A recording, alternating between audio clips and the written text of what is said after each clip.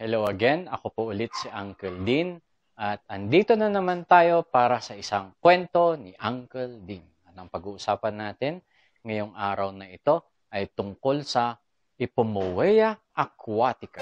Actually, itong Ipomoea aquatica ay madalas napapakinggan dati sa mga pelikulang oldies, lalo na mga pelikulang Pilipino noon. Laging sinisigaw dati na, "Pupulutin ka sa kangkungan!" Paalam ka na! Dahil sa kangkong ka pupulutin! Tada! Kangkong. Ayan o, kangkong.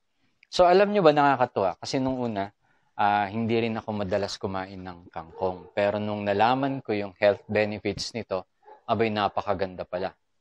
Okay, ang tawag pala dito ay water spinach. At ang water spinach actually ay napakababa ng kanyang calorie at napakababa ng fats.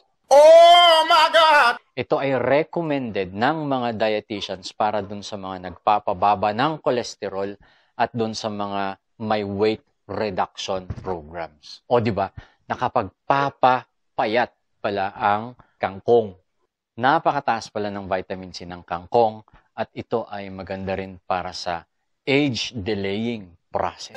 O di ba? Napakataas pala ng vitamin A ng kangkong which helps para sa magandang buhok, magandang skin, at magandang vision. And ito rin daw ay may anti-cancer properties.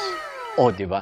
Tapos laging binibigyan ng emphasis, meron ding anti-aging properties. Ang kangkong! Kangkong.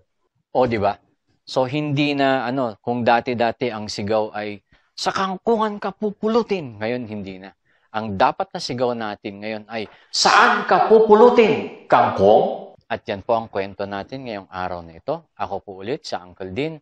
At kita-kita po tayo sa susunod na video.